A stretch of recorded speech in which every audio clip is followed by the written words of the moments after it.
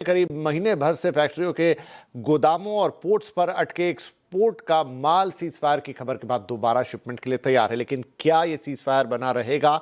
Exporters के मन में एक बड़ी आशंका बरकरार है। देखिए लुधियाना के इंडस्ट्रियल हब से हमारी ये ग्राउंड रिपोर्ट।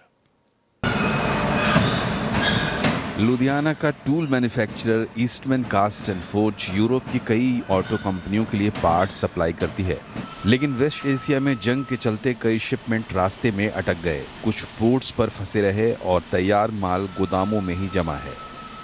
कंटेनर फंस गए, रुके हुए हैं, वहाँ पे गवर्नमेंट थोड़ा सा मदद करवाए with shipping line, different shipping line, because they are also मतलब लुकिंग फॉर बहुत सारे कंटेनर। मुंद्रा, मेरा एक कंटेनर मुंद्रा में फंसा हुआ मुंद्रा। अब उसके ऑफ कोर्स डैमेजेस और चार्जेस लग जाएंगे, हालांकि तो वो थोड़ा सा इफेक्ट आएगा। जो जहाँ पे हमको सरकार को हम चाहते हैं कि थोड़ी सी अगर कर दे तो वो इस तरीके से कोई और मतलब शिपिंग लाइंस के साथ कंटेनर्स के करवा दें तो उससे फ़र्क पड़े। साइकिल बनाने वाली कंपनी हीरो इकोटेक को भी शिपमेंट के लिए वैकल्पिक रूट अपनाना पड़ा। गैस की कमी के चलते डीजल का इस्तेमाल करना पड़ा। कच्चे माल की कीमतों में भी उछाल आया और अब कीमतें बढ़ाने का दबाव है। एक महीने में प्रोडक्शन करीब 50% तक घट गया है।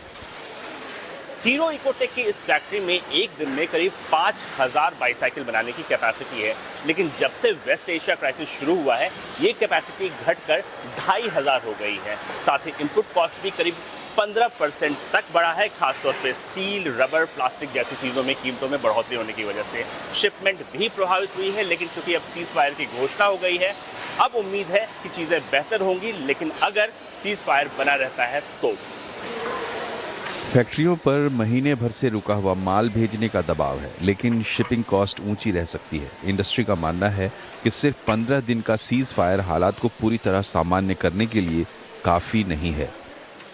मुझे ये लगता है कि 10 को इनकी मीटिंग है, तो इट विल टेक सम, कुछ टाइम लगेगा इनका। जब तक इनका एग्रीमेंट नहीं हो जाता या परमानेंटली कोई सोल्यूशन नहीं निकल जाता तो तब तक तो मेरे ख्याल में कोई भी एक्सपोर्टर एक्सपोर्ट नहीं करेगा।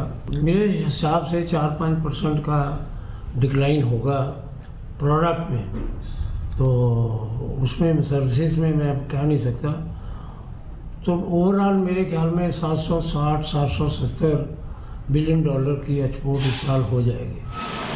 सीज फायर कितने समय तक टिकता है ये तय करेगा कि एक्सपोर्ट की रफ्तार कितनी जल्दी पटरी पर लौटती है। ऑटोमोबाइल सेक्टर हो या फिर टूल मैन्युफैक्चरिंग या फिर टेक्सटाइल और गारमेंट, वेस्ट एशिया क्राइसिस ने इन सब सेक्टर्स को प्रभावित किया है। पिछले एक महीने में बहुत बड़ी संख्या में जो माल है वो या तो पोर्ट्स पे या फिर गोदामों में पड़ा हुआ है।